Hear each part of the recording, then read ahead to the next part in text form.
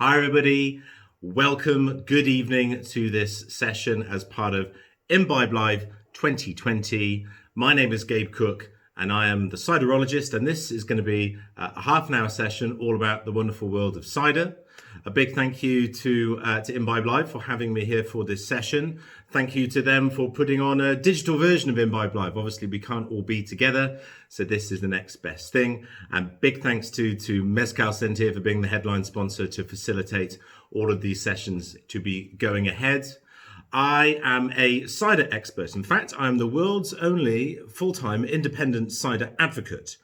Snappy title, I know. That's why I call myself the Ciderologist, which is very much a made-up term.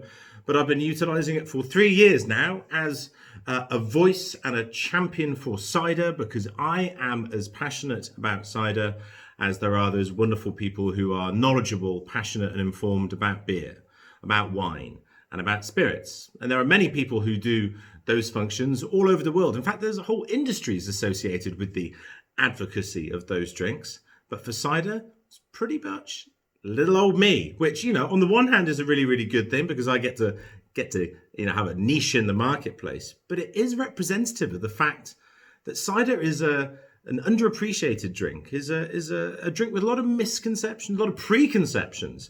I'm sure that you can all think of what cider means in your mind, and it could be some formative teenage experiences that often have a slightly unfortunate ending. And even, it's a classic response to what do you think about cider to somebody is like, I can't even smell it now because of that experience.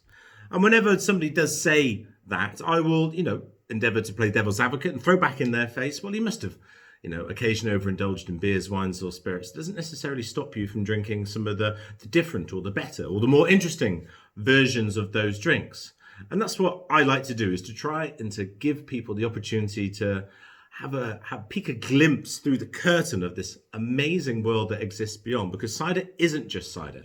It can be a myriad range of different drinks depending upon some very, very critical things.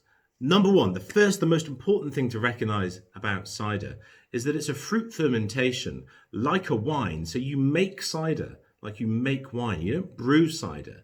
It just so happens that the majority of ciders are presented in a way that a beer would be. It's normally as a single serve, carbonated, filtered, crown cap, on draft, obviously, as well, down the pub.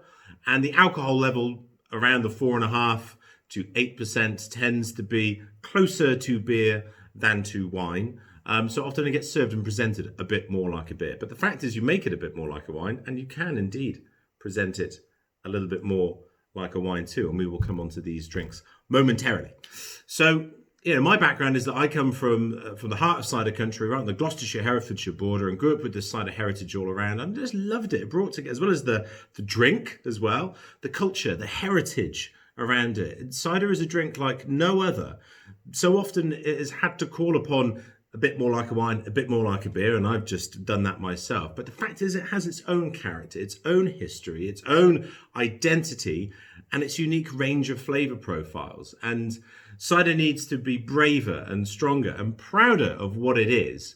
And that's precisely what I would like to do with this session today. So this session is called Cider, A Journey to Four Corners of the Mouth. And that's because I want to introduce you to a whole range of different flavour, aromatic and mouthfeel profiles that you can get from having different types of cider, and to work out how are those different characters achieved. Because there is actually a relative simplicity to the idea of the cider making process. There's a little bit more challenge when it comes down to it. Now, I mentioned that cider making is actually a fruit fermentation. It's a little bit more like a wine making. And so the most important thing to consider around any cider making is what apples have been utilized. Just like with grape varietals, that is going to be the key thing that is going to determine which route that drink is going to end up going down. And if we substitute apples instead of grapes, then the exact same things happens. So depending upon your selection of apple variety, you are going to end up with some completely different types and style of drink. So let's start. Shall I open up a cider? Okay, right. So in the majority of the world, the majority of apples that are grown all around the world would be considered dessert apples, eating apple varieties. And you have your cooking apple varieties as well. And these are obviously very prevalent in the southeast of England, in parts of the west of England too, historically, and in France, and obviously in the New World, in South Africa, Australia, New Zealand. Lots of the apples that we get for our supermarkets in the UK, they come from these places. I would say to champion the wonderful fruit that we produce on these isles as well, some of the best apples. And sometimes they don't always look the prettiest, or they have the smoothest skin or the perfect stripe. They can be a bit rough or be a bit russeted even. That absolutely does not diminish from the taste at all. Ugly apples taste better, in my humble opinion. So do go and seek those out. But there are amazing apples grown all around the world. And the first cider we're going to have a little taste at today is actually from South Africa. It's called Scully. The brand is called Scully. And they make 3 different ciders. One from Golden Delicious, one from Crips Pink, which is the other name for Pink Lady, and this one, which is Granny Smith. Now, these are all apples, obviously, that you know and love. And so there is a real ease and simplicity. And so these apples, if you imagine biting into a Granny Smith apple, you get that zinginess, that crispness, that freshness, and that's caused by acidity. Don't be scared by the word acidity. That's not a dangerous word. It's the component within the apple that gives the zing, the crisp, the fresh.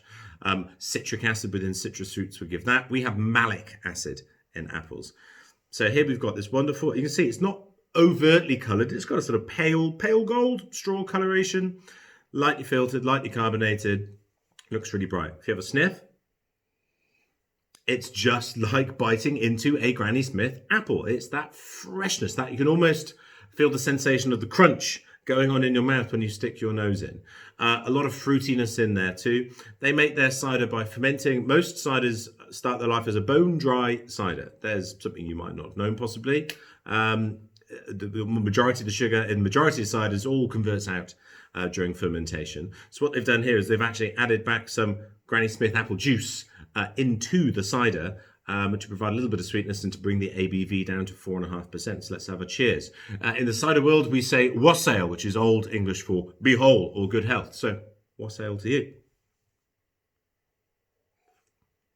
Oh yeah, and so this is precisely what happens is the zing, slightly sherbety, a little bit citrusy, maybe a tiny bit of grapefruit, not a lot. And it's all at the front of the mouth. It's all zing, and it's like popping on the end of your tongue. And then we do get a nice little bit of juicy fruitiness in the mid palate, a little bit of sweetness. But it doesn't linger for a very long time. It's just quite light, it's fresh, it's lean, beautiful for a hot summer's day. It doesn't have, for some people, they want to have real big, bold, rich kind of characters.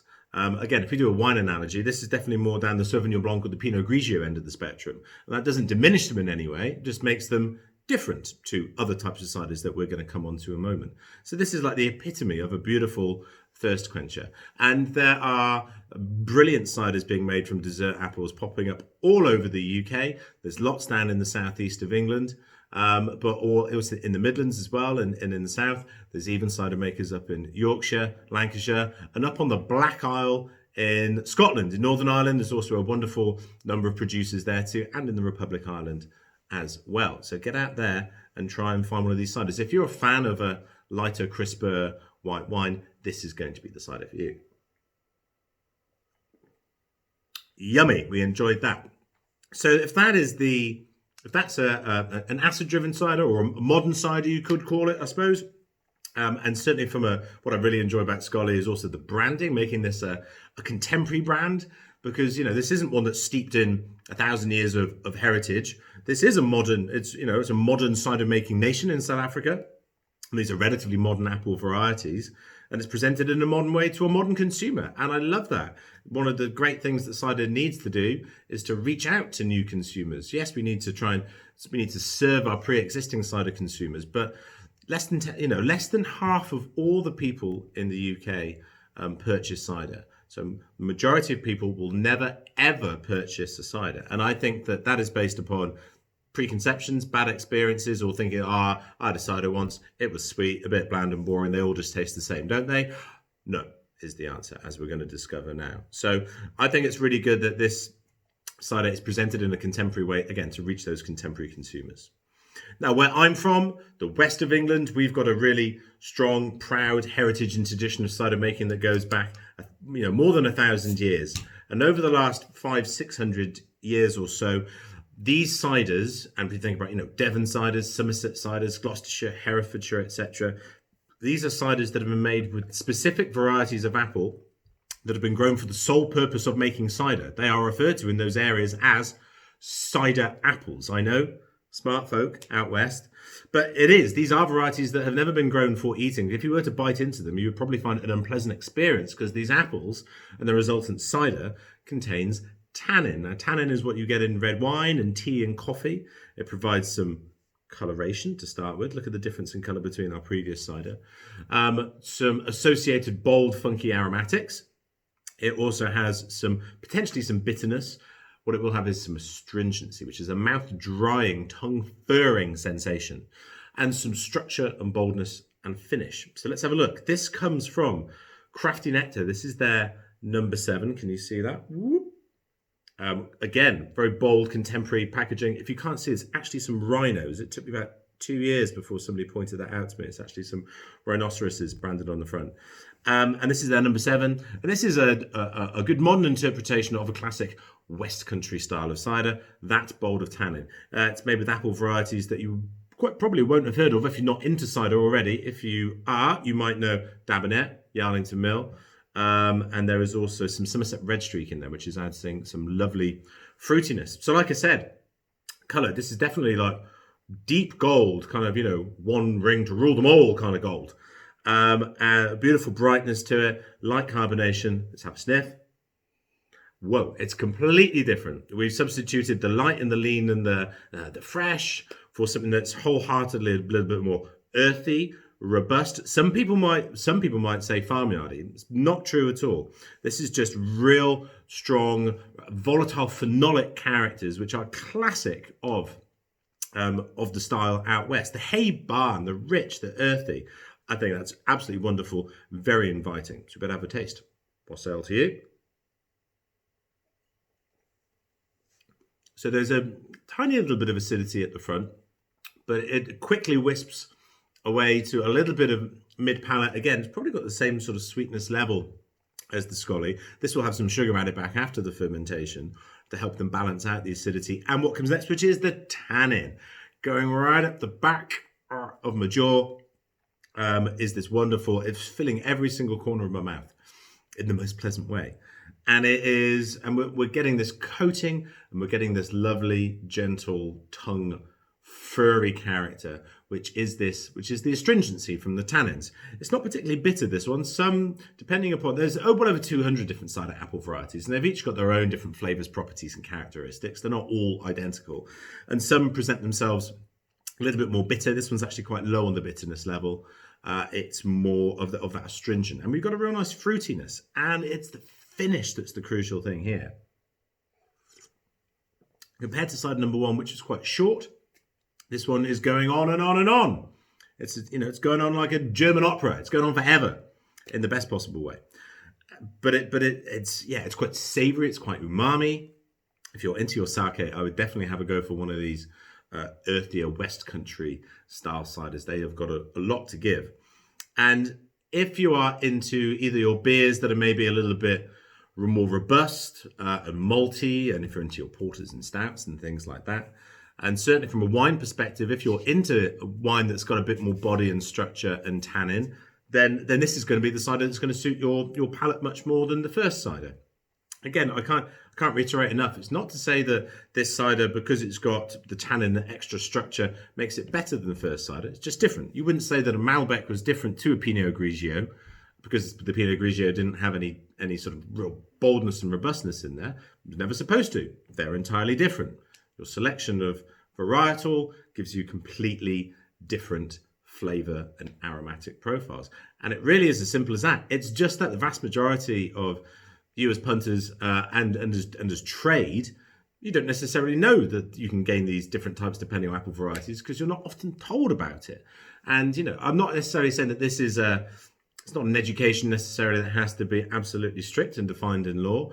This is what I call the opening of the conversation, talking about flavors and processes and styles. How do you get these different types of ciders? Because wouldn't it be great to be able to go into the pub where already you can go in and have an amazing array of beers. You got your handful of bitter, you got an IPA or a pale ale or a mild, and then you've got a double IPA, your Berliner Weisse, your Saison, etc. And then we got all the fridge white wines in the fridge, and you've got wonderful reds on the shelf, and then the cider, just one thing. Just because it's only one thing, well, it's not one thing. It can be many different things, and to try to get people to understand that, because somebody might go into a pub and go, do you know what, I'm going to give cider one last go, and they get given a real earthy tannic cider, and actually their flavour profile is more for something light and lean and fresh and brisk, and they'll drink this cider, as I will now, and they would go, not me, oh, I don't really like that so much. But if they had been given the Scully, the first cider, they go, oh, I do like cider after all. So it depends on what type of cider and what flavour profile. So your fruit, the selection of the apple variety, or pear, if you're making perry, you can make a fermented drink from pears, called perry, as I just mentioned. And again, your selection of the variety that you're utilising is the number one factor, saying, okay, my cider is going to go down that route, or it's going to go down that route. It's entirely up to the choice of the producer as to what they wish to do. This is the joy and the fun of cider. What you can then also do is, once you've chosen your varieties, is you can then introduce a range of different sort of processes that can help you, again, achieve different types of things. First of all, we could consider what yeast you might use. You could choose to use a cultured yeast. Normally it would be a wine yeast because of the fruit fermentation, the sort of metabolic pathways for the yeast. They like the same kinds of sugars, the sucrose and the fructose and the glucose, thank you, versus the maltose and the dextrose from beers. But you can, I've made a perry in the past with a Saison yeast, and it brought out a lot of aromatic character. But you could also utilize a wild yeast, spontaneous yeast, and there are lots of cider makers who like to do that, either because they just want to be minimal intervention, or like me, how I do mine, because I'm a little bit lazy. I'm not saying anybody else is lazy, just me. But also because people like the structure and the character that spontaneous fermentation can bring. It's a range of different profiles rather than maybe just the one profile that comes through. So choice of yeast is something that a cider maker can utilize there. Then there's the vessel that they ferment and mature in. Is it stainless steel? Is it plastic? Is it wood? You can use relatively sort of neutral oak, or you can use spirit casks or wine casks to impart extra flavour and texture into a cider as well. But something else you can do, and this is what the French do with their cider classically, is a process called keeving, whereby in the juice you separate out the yeast and the nutrients from the rest of the liquid. By bringing it up to the top, it forms what the French would call a chapeau brun, the brown hat. And whilst all the yeast and the nutrient is bound onto there, the juice gets taken into another vessel and it ferments in there, and it ferments very slowly, and you get an incomplete fermentation. And this is what this keeving process is called. So this is cider number 3. It's got a lot of different things going on. It's a beautiful bottle. Look at the coloration. This is from a French producer called Sassy. They're from Normandy, Maison Sassy. And so they have keeved, and what's crucial is that not all of the sugar gets converted into alcohol. So this cider sits at 3%. And I would very much suspect that if it had been allowed to undergo its full fermentation, that it would have probably been more at the 5.5 or 6% alcohol range. So what you've got by doing this keeving methodology, here we go, is that you get to retain some of the residual sweetness. So this is going to be a sweeter cider, but you keep the alcohol low. For anybody who wants to, relatively keep their alcohol levels a little bit lower, especially if you're a wine drinker, look at all the cues that this cider is giving you in terms of being wine-esque, but with only 3% alcohol. And then the other magic thing about this, as well as that keeving process, this is their Cider Rosé, and so it has undergone a process of fermentation utilizing a red-fleshed apple. Unlike with wines whereby, in order to gain coloration within the wine, you need to ferment on the skins. The tannin and the coloration is contained within the skin of the grape. If you press even a red grape very carefully, or extract the juice from it under minimal pressure, it will have a clear liquid and ferment like a white wine. But in order to get a true rosé like this, classically, you need to ferment with apples that actually have red coloured flesh. So the coloration is distributed through the flesh, and then through a very careful and quite challenging fermentation process, retain that coloration. And they've managed to do this here. There's a blend of about, I think it's 18 or 21 different apple varieties in here, but most prevalently is a variety called Geneva Crab, which is what is a red fleshed apple, and that's what's providing the coloration here. It looks absolutely beautiful. And for anybody who saw, just sort of 10 days ago, I appeared on Sunday Brunch in this very room, actually, although just slightly adjusted around the corner. And I presented this cider on there, and it seemed to go down pretty well. So yeah, let's have a look. Again, this is Normandy is a classic cider making area, one of the old world cider making areas, like the UK and like northern France and parts of Central Europe, Western Germany and places like that. But Sassy are trying to make good classic ciders, but present in slightly more modern and contemporary ways. And you know, the packaging certainly does that, and they want to showcase the coloration, which is why they got a flint bottle. Absolutely, so it looks absolutely beautiful. You know, it's almost, you know, yes, we've got pink, we've almost got a slight orange. It's almost like an orange wine. I think it's absolutely smashing. Right, let's have a sniff, swirl and sniff. Now I normally spill it over myself whenever I do this, so let's try not to get it on the carpet.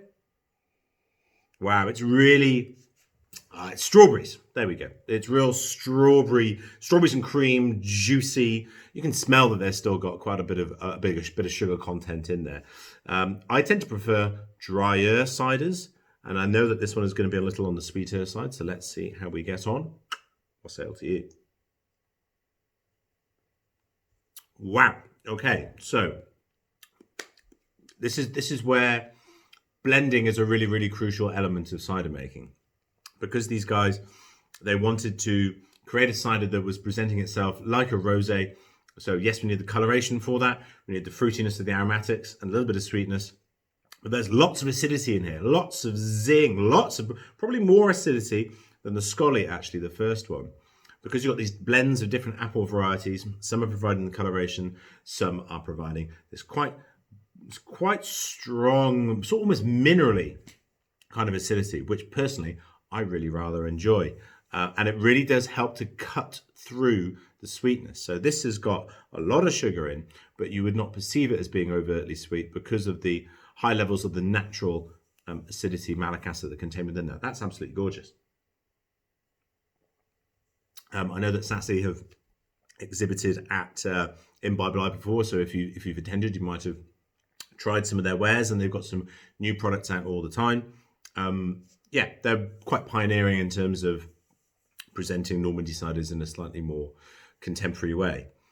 So here we go. So after choice of apple variety, the next opportunity that a cider maker has in order to gain sort of differentiation is around sort of what process they utilize. So retention of the pink coloration and the keeving here. So we've got acidity and astringency from our first two, and mouthfeel and texture. This time we've got extra different sort of coloration and some really broad minerality. So we're getting all our different four corners of the mouth have been engaged already with these three ciders, and there's still one more to go. It's a tough life being a ciderologist, I tell you. Let's have a go. I really like that cider. I say, sweeter cider is generally not my personal bag. I am a professional, so I can obviously understand when something is supposed to be that way. But just personally, I thought that was a really, really good cider because the balance is such a key thing. Now, for our final cider, it might be a touch controversial for any sort of traditionalists who are watching. Close your ears maybe for a second, because I'm going to present to you a flavoured cider. Now, although I come from this, you know, the heart of traditional cider making country, traditional ciders and, you know, apple ciders, or AKA cider, are the things that I prefer to drink and the things that mean the most to me and the things that I like to champion the most. It would be remiss of me not to talk about flavoured ciders, because they have, over the course of the last 15 years, become an incredibly large part of the market within the UK and all over the world. And let's be fair, there are some that don't put cider in a great light, I would say. Generally, they're quite low of apple juice content, quite artificial of their coloration and of their aromas and of their sweetness. I don't think they do a great deal for cider. but it would be, I say, remiss of me to not talk about and to present to you an opportunity whereby you can get flavoured ciders. I've had the opportunity to make and drink quite a few over the years, and there are those that present themselves really well and that are made with integrity and good processes and good raw materials. So here we have from Once Upon a Tree. This is their blackberry cider. Once Upon a Tree is a small producer in Herefordshire. Their founder, Simon Day, is an ex-winemaker, so he brings a lot of winemaking skill to the cider making process. And what he's got here is, it's a single variety. It's called Dabinet, which is, classic West Country cider apple variety. And he has done a co-fermentation with blackberry. So the blackberries have actually been sort of, I'm not sure if it was squeezed or like on the skins with the blackberries have gone into the vessel with the Dabinet, and they fermented together. The vast majority of flavoured ciders are where you have the addition of a fruit juice, or it could be spices or the addition of hops post-fermentation, effectively fairly shortly prior to packaging on most occasions. But this is not the case here. This is where they've been fermented together. And what's quite interesting from the colour point of view, you can see it's not like a bright oozing kind of pink. We've actually got, it's ever so slightly tawny, a bit more orangey, a bit more burnt orange, and this is for the oxidation of the blackberries in there. And that actually gives me real faith that we've got some, this is a cider, the flavoured cider with some real provenance in here. So I don't think I've tried this cider before, so this is a new one for me too. So I like the way that it looks. Again, if you were presenting this as a natural wine, they'd be fawning all over it already. On the nose, interesting. We really do get the blackberry in there, but it's not jammy or plummy. It's quite vinous. It's really aromatic in that sort of almost like a blackberry leaf or blackcurrant leaf almost. Just gonna have to try it. Cheers to you all. Thanks everybody for watching. I hope you've been enjoying this session. I've only got a few minutes left, so I better drink this and talk up. So cheers to you. Wassail. Hopefully see you all in person sometime soon. Wow, that's really, really interesting. For anybody who is skeptical of flavoured ciders, try this, because this will give you an entirely different experience. Yes, we've got some sweetness in there, but it needs it because the blackberry's got quite a lot of acidity in there, and that's really what you get up front. And then we get a nice bit of, it's a soft kind of jam. I said it's not overly plummy. It's super intense. You get a nice bit in the mid palate, and then we get the tannin from the Dabinet. That's the really cool thing. Again, cider with balance, a little bit of astringency, drying my palate out, counterbalancing the sweetness, working with the acidity so that it makes the sweetness perception not too high. That's a really nicely balanced flavoured cider. And again, there's a little bit of sort of dryness and astringency coming from the blackberry, I think, too. A completely different experience by co-fermenting it rather than putting it in as a flavour addition at the end. I think that's really rather smashing. So I'm going to have another sip. So there we go. Our time is nearly up. It's so short. I hope that you've found that vaguely interesting and useful to you. My ask and my desire to you is to get out there and seek ciders. There are so many brilliant cider makers and brilliant products out there now. Now I think is the most exciting time for cider maybe ever. Because we've got brilliant traditional producers. We have got quite modern producers who are outside of the typical kind of cider regions, within even some urban cideries too. And now just starting to see the opportunity for international ciders to come into the UK marketplace, like the Sassy, etc. And it's building momentum and understanding about what cider is and what it can be. And what it can be, I say, is one of our most fantastic and diverse drinks. There are so many different types and styles. There is a cider for everybody, I am convinced. So get out there, check all the online shops. During these times, we've all been a bit more keen to get online and look around, but also support, obviously, your local bottle stores too, and encourage them to get a hold of some new stock of stuff they might not necessarily have got a hold of. So let's just drink more cider, I think is basically what I'm saying. So once again, thank you all very much for joining in. Let's get in with that cider. Cheers and wassail to you all, and hopefully we'll see you at Imbibe Live 2021 face to face. Take it easy. Cheers. Bye.